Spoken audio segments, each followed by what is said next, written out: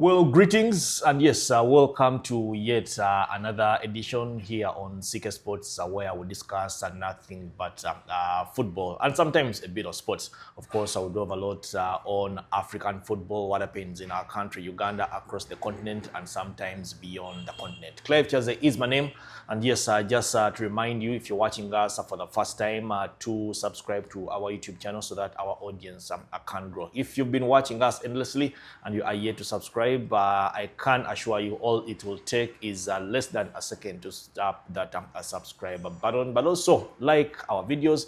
If you enjoy our content, it is a positive feedback that keeps us going. And the comments too, we do enjoy the comments that usually come through. Again, on this episode of African football, I am joined by a colleague of mine, Peter Tabu, who attached to Pitch Side with Peter Tabu on YouTube, and we'll be breaking down the semi-finals of the CAF Champions League and the semi-finals of the Confederation Cup, the first legs that are going to be played during this Easter weekend. But Peter, greetings, and how have you been? I'm fine, Clive. Hi, everyone. Thank you very much for keeping it CK Sports. I'm glad to be here.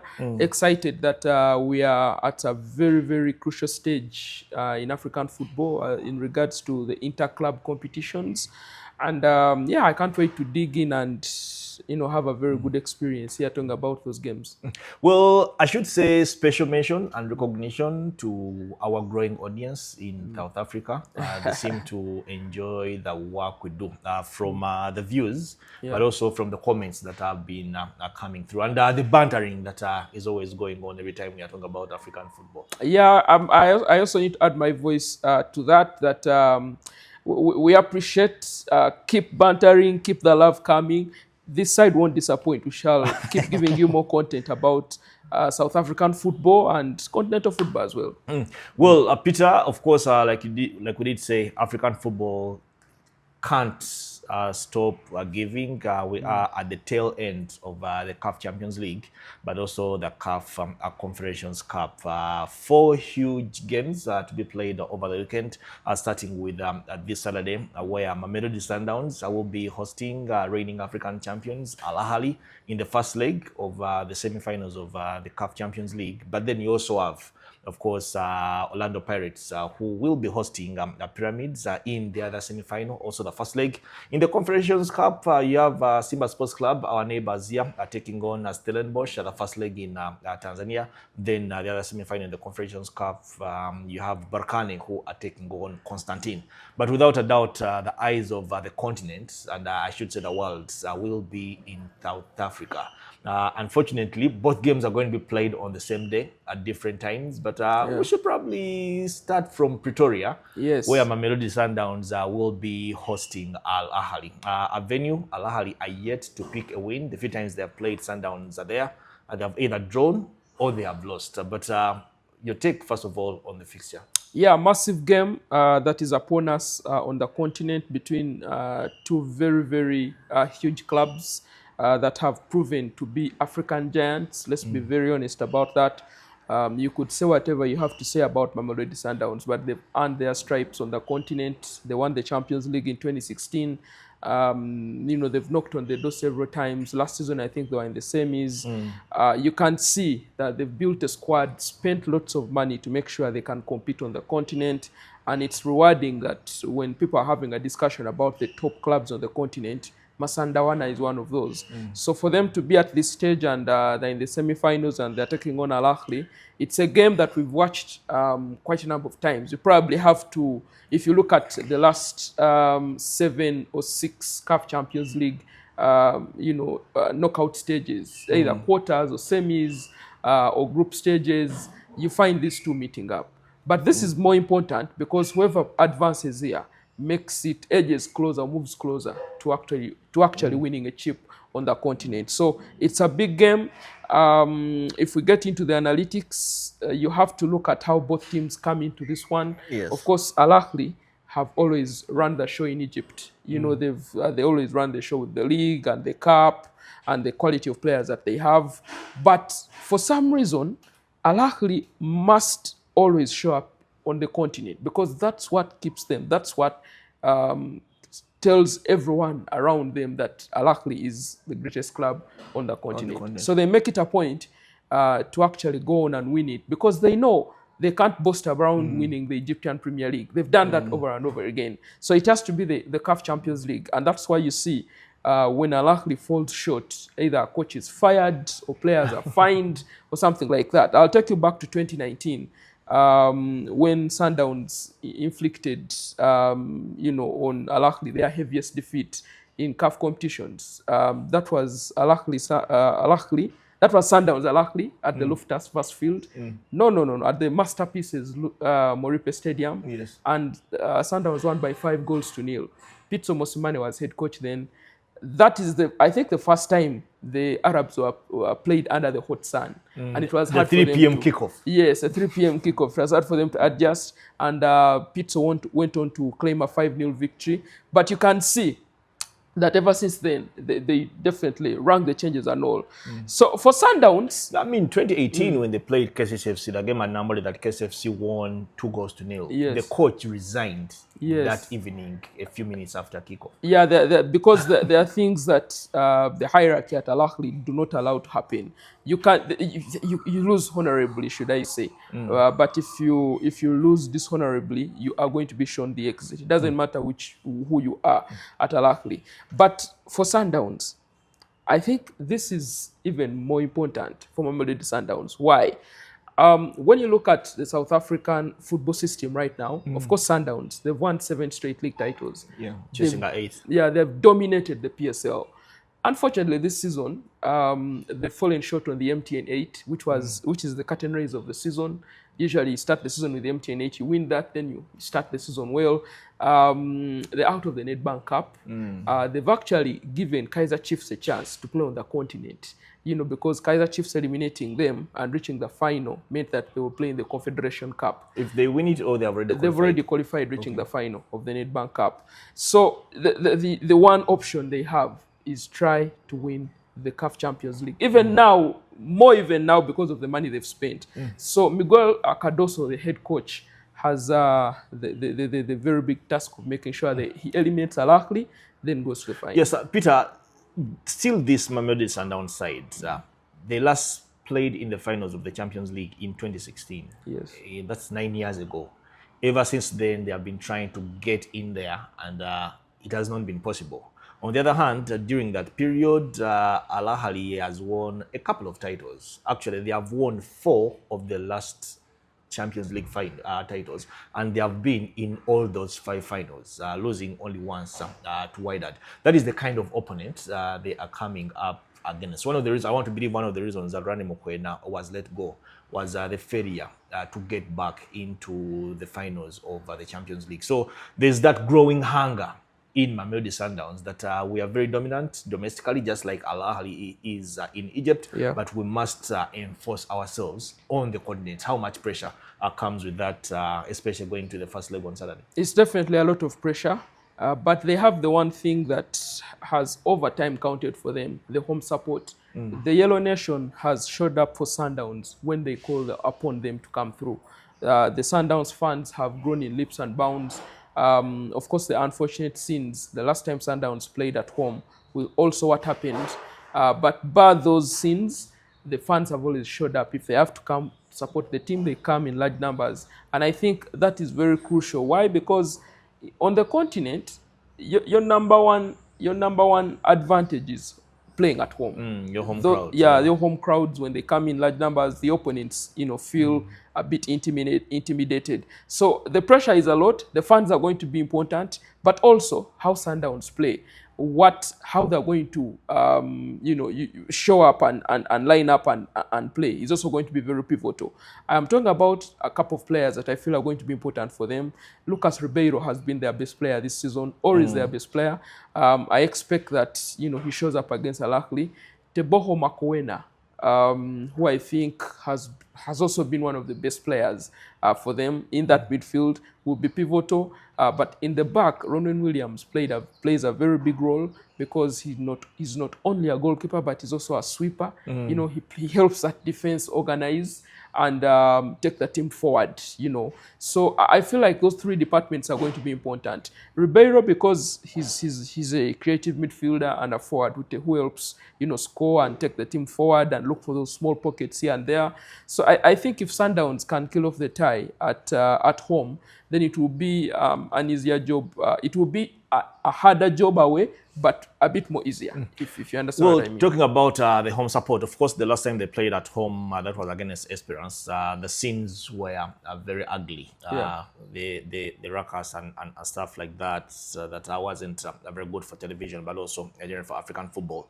Over the years, their games on the continent have always been free of charge, where they allow fans to come in huge numbers, like you said, create that atmosphere, make it very hard for the opposition, on top of playing at 3 p.m.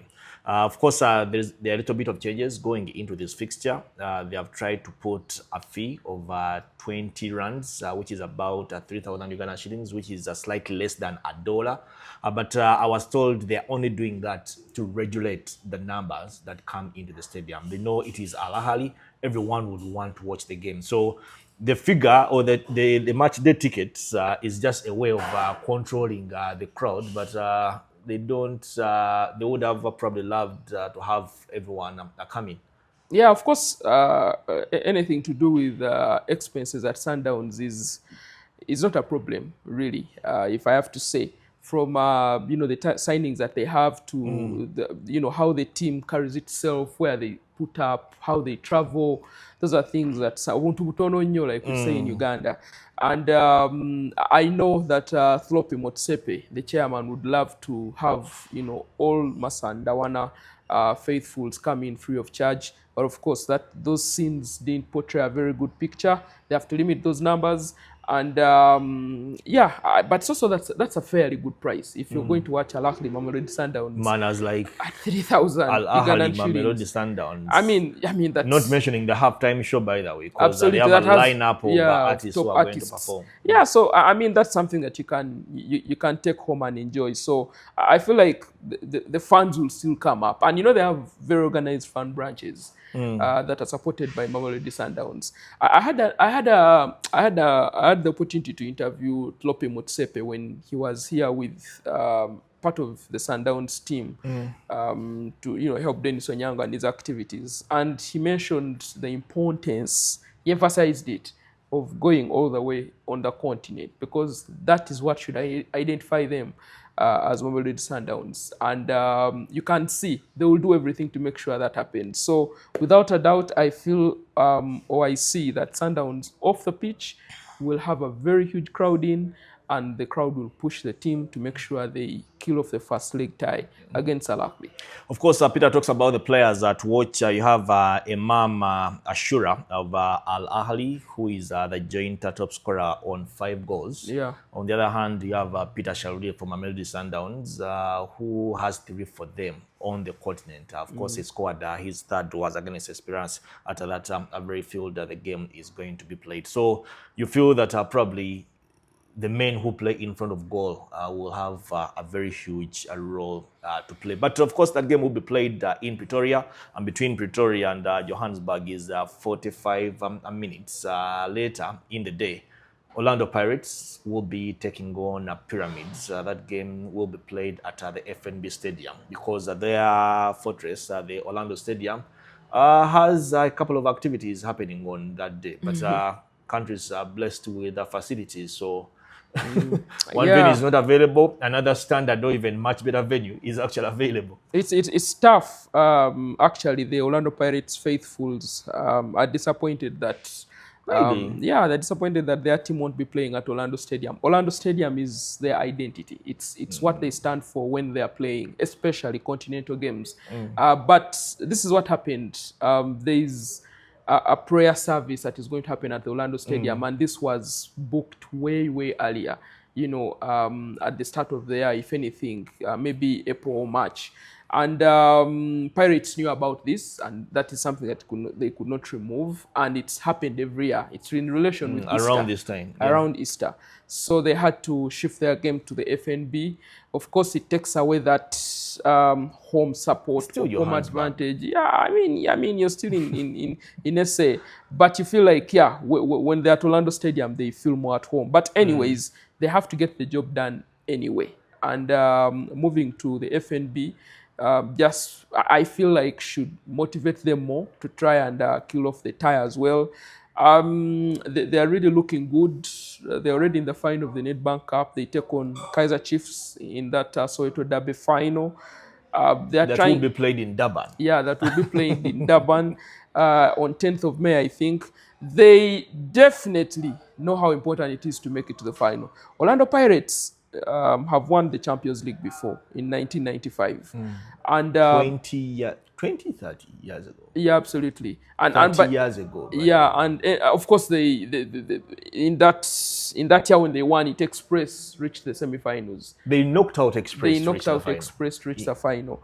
And that generation, Mark Fish, and all those other players that played then, some of them up to today still say that this current team now playing has the opportunity to, take Pirates back and win the Champions League. And to be very honest with you, they have really done well this season.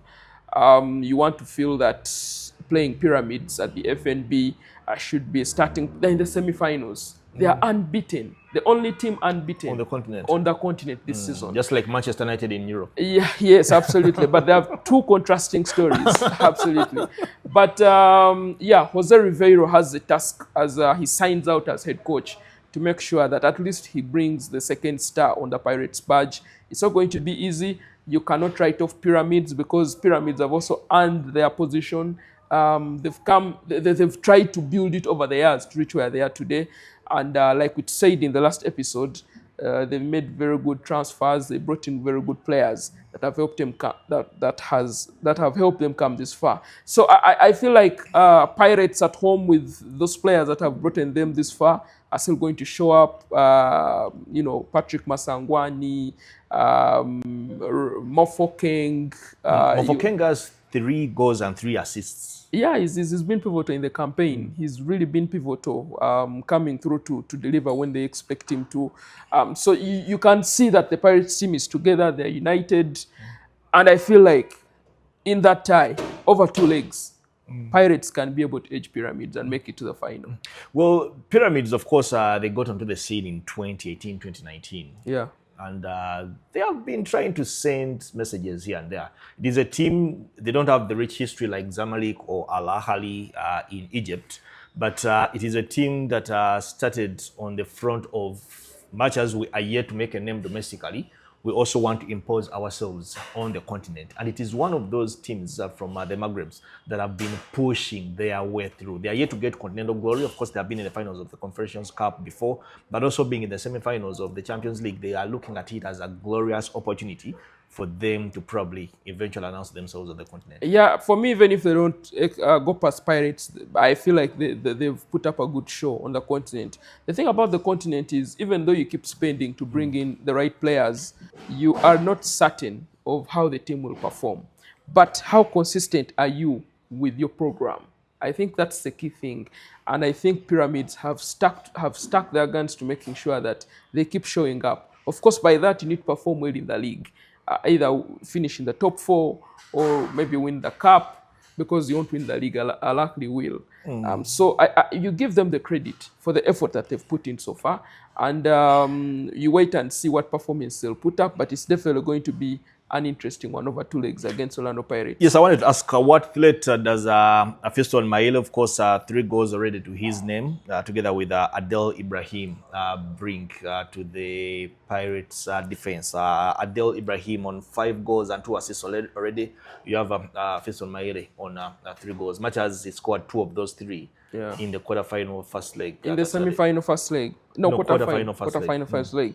The threat is Maele's consistency. We can be very honest that on the continent, like I've mentioned, the goals that he scored, I personally didn't think he would go to Egypt and perform so well. Why? Because there are a number of players who have been playing well in East Africa. and when they cross over to the Maghreb nations, they don't show up and play football. I think Clotus Chota Chama, at the height of his career, left Simba and went to RS Berkane. He was there for 7 months and came back to Simba and then to Yanga. I can go on and on and on with the players that have gone to the Maghreb nations. But you give Mayele credit. When he gets the opportunity, he doesn't need a lot of chances, and he will kill off that one opportunity that comes through. But also, I know for sure that one of his abilities is pace, and when he catches you on the break, that is one of the things that he takes advantage of. You mentioned those two players, but I also think that there's some contradicting statistics. Is he on 3 goals in the league, or is on in the Champions League, or is on 6? I don't think he's or on they're 6. not counting the goals from the preliminary round. I don't think he's on 6. 6 is quite a high number, but I think he scored a couple of goals for them so far. 3 of course, the official stat says 3. Yeah. So I'm pretty sure he's going to give Orlando Pirates a run for their money. Ramadan Sobi is the other name that I was looking for in that Pyramids team. I think he's one of the players that they're also counting on, especially with the creativity for Pyramids. Well, Peter, the prize also for this game, of course, match day tickets has been a very strong issue of contention in our country, Uganda here. Or maybe at some time we shall also discuss the monies we charge for the match day tickets, especially for domestic football and national team and stuff like that.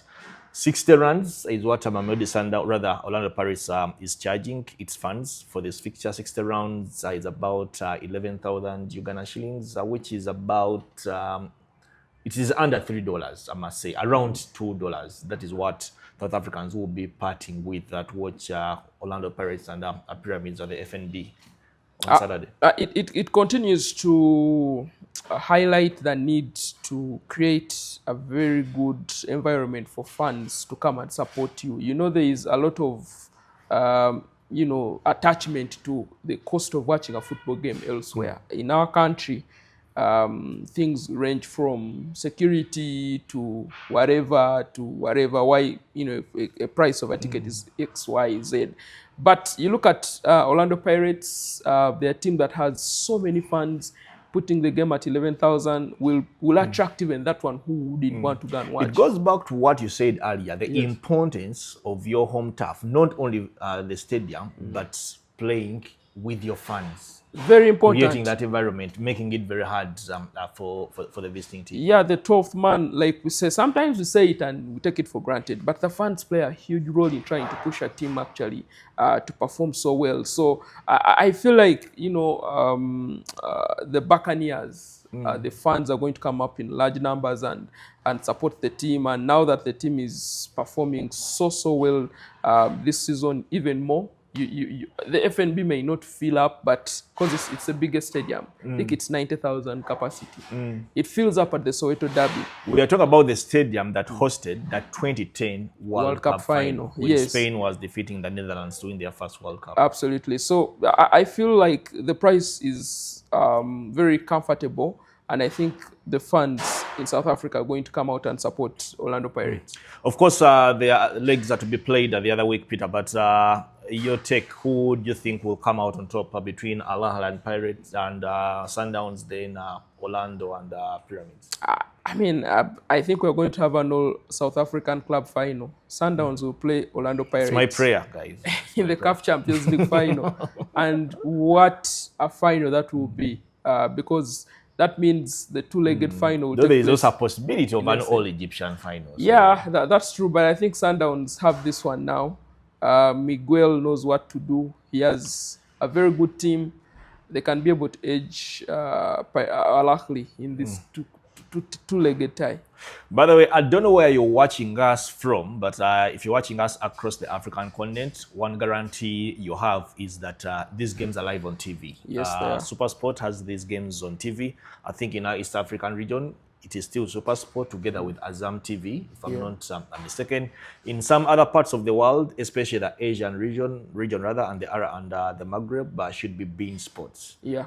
Those are at least the 3 networks rather that I'm sure do have these games. But of course, those games are going to be happening on Saturday. Then on Easter, which will be the 20th, we shall be having the semi-finals of the CAF Confederation Cup. You have Berkane from Morocco. They'll be playing their first leg against Constantine in Morocco. And then the other game, Simba Sports Club from Tanzania, just next door here, are going to be taking on Stellenbosch from South Africa. Another team that has owners that are desperate to stamp the authority on the continent. They are willing to invest so that they probably also get to the level of the teams from the Maghreb, and also to the level of Mamelodi Sundowns, Orlando Pirates, Kaiser Chiefs, and all the likes. That is Stellenbosch. The interesting bit about this fixture, it is not going to be played at the usual Benjamin Mkapa Stadium in Dar es Salaam. It is under renovation ahead of the CHAN finals. But I'm told if Simba gets into the final, the venue will be available.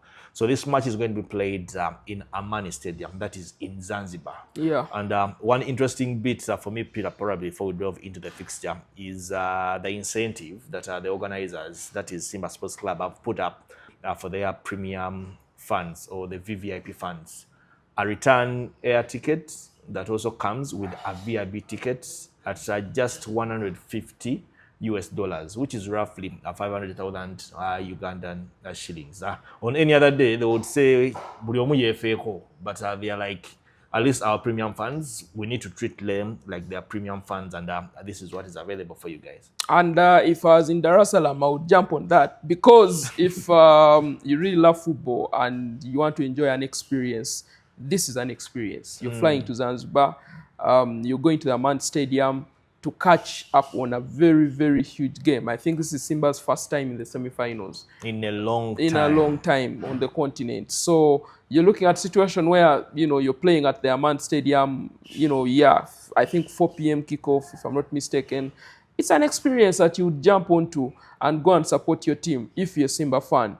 But now more than ever, Simba fans want to push their team all the way, because they know what it means if Simba reaches that final and wins the Confederation Cup. For a very long time, all the years they've invested in, all the things that they've been through, that would be a very good reward for them. And for a club from East Africa to win the Confederation Cup would be a huge milestone for East African football. And we've had a couple of them reaching the finals.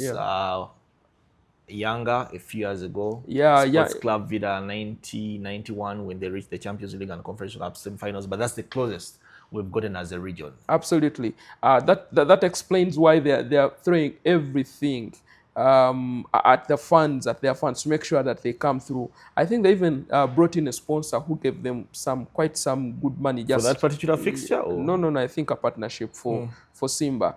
And man, for me, this is a very, very huge game for Simba playing at home. It's unfortunate that this game is not at the Benjamin Mkapa, because like you saw, how they, in their last game at Benjamin Mkapa, they came from 2 goals. Against Al Masry. Yes, 2 goals down. On leveled aggregate. The game on aggregate, went into penalties and won it. But the atmosphere, the Benjamin Mkapa was as loud as it could get. You also feel the Amani Stadium will be as loud as. Yeah. It's much smaller. It's much smaller. I think it's a 15,000 capacity. An opportunity for the Simba fans on the islands also actually come watch a and game without them. them getting onto the ferry to come to Dar es Salaam. Yeah, so it's a smaller stadium compared to the Benjamin Mkapa. But for me, the most important thing is, rest assured that stadium is going to fill up to the brim. And it will be an intimidating atmosphere for Stellenbosch and Simba, like they say, or like they want to do. We want to kill off that tie at the Amman Stadium early enough. You expect Stephen Mukwala Magic to continue? Yeah, I think he's done well. Of course, he didn't start all guns blazing, but he caught up with the Tanzanian Premier League, and he's really showed up and scored quite some crucial goals. You see, when you're playing for clubs at that level, moments like against Al Masry count a lot. So you score for them in that comeback, you score in the penalty shootout for the team to win.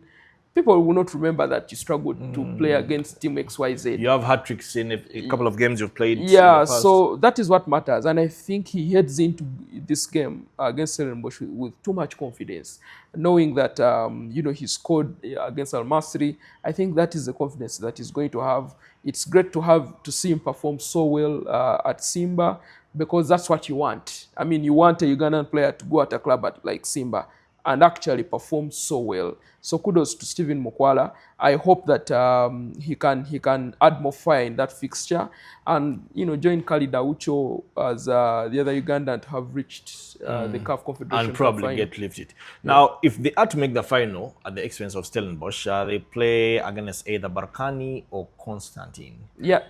But you feel that over the years, teams south of the Sahara are no longer intimidated by teams from the Maghreb, especially in the recent past. No. You actually have to go back to the Simba win against Al Masry at the Benjamin Mkapa Stadium.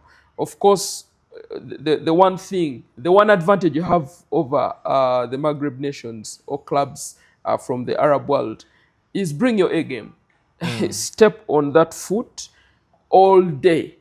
Do not get the foot off the pedal. And it will be hard for them to contain you. That's what Simba did to Al Masry. And at some point, Al Masry started the usual tricks, laying on the ground for a long time and medical treatment. But Simba knew what they wanted. So they hung in there, they made sure they leveled the tie early and looked for the winner or played it safe until penalties. And God was on their side. So the intimidation is no longer there. If anything, they know how to deal with those people. So I think on the RS Berkane Constantine semi-final, of the two, Berkane is the more experienced side. Not too long ago, they actually won the Confederation Cup. So it's something they have in them. They've been at this stage before, and you feel like that is what is going to be the edge against Constantine. But I've watched Constantine in Kampala. Against Vipers. Peter, there's information coming in that Al Ahly's request to have a full Cairo International Stadium against Mamelodi Sundowns in their return leg was approved. Oh my God. So meaning Mamelodi Sundowns will play in front of 75,000 spectators when they travel for the return leg against Al Ahly. I think to paint a picture, Clive, I was with you at AFCON 2019. And I went with you to the stadium when Uganda was playing Egypt in that last group game. In that last group game. I was at the stadium by probably midday. But you saw what happened. At midday. For a game that was kicking off at 8. At 8 or something like that. By 6 p.m., you could hardly hear anyone in the media tribune. Like, it's actually crazy. I remember the opening game. The game was kicking off at 9 or 8 still, but gates were closing at 6 p.m. It's crazy. And everyone was already inside by 6 p.m. because they have a tradition of closing the gates. If the Cairo International Stadium fills up to the brim and you're not Egyptian, you don't like the experience. No, if you're not a football fan. If you're not a football fan, let me say that again. If you're not a football fan and that stadium fills up, it's a different experience. It's crazy because they love their team and they'll go all out to support the team. It doesn't matter if it's raining or shining. And it doesn't matter the age. Even the young kids come out and wear that Al Ahly jersey and wave on and support. But of course, like we've said, Sundowns should try and kill off the tie in Pretoria, and then play it safe. By the way, Sundowns winning the CAF Champions League in 2016 killed off the tie in South Africa with a large score against Zamalek. Then they lost in Zamalek 1-0. But they had won. They had won 4-1, I think. Yes, in South Africa. And I remember Dennis Onyango getting a very nasty injury in that game. He didn't complete the game. Kennedy Mwene did.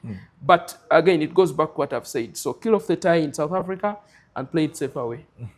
Well, that's all the time we had for you. Hope you enjoyed our discussions. I hope you've enjoyed our narrations. Let us know what you think in the comment section, especially in those semi-final ties. Who do you think will advance? Are you fancying an all South African final, or are you fancying an all Egyptian final? Or you'd want to see an Egyptian team in the final and a South African team in the final? Clive Chaza is my name. I've been in good company of Peter Tabu from the pitch side. What's cooking on the pitch side? We are cooking, sir, apart from what we are doing here, because this is pitch side.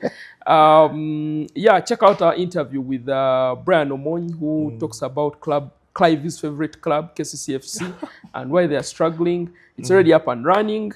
And subscribe and keep sharing and commenting. Yeah, we also shared an exclusive interview, by the way, with a brand, though this one is Senyondo, the coach that led the national under-17 team, the Cubs, to the FIFA under-17 World Cup. We discussed their journey, their experience in Morocco, how they're able to achieve the feat, and what the country should expect from them once they get to Qatar. That World Cup will be happening from the 5th of November all the way to the 21st of November. Remember to subscribe if you are yet to subscribe to our channel. Like this video if you've enjoyed what we've discussed. And of course, like we did say, leave a comment for us because we do enjoy the feedback. And yes, catch you again in the next episode.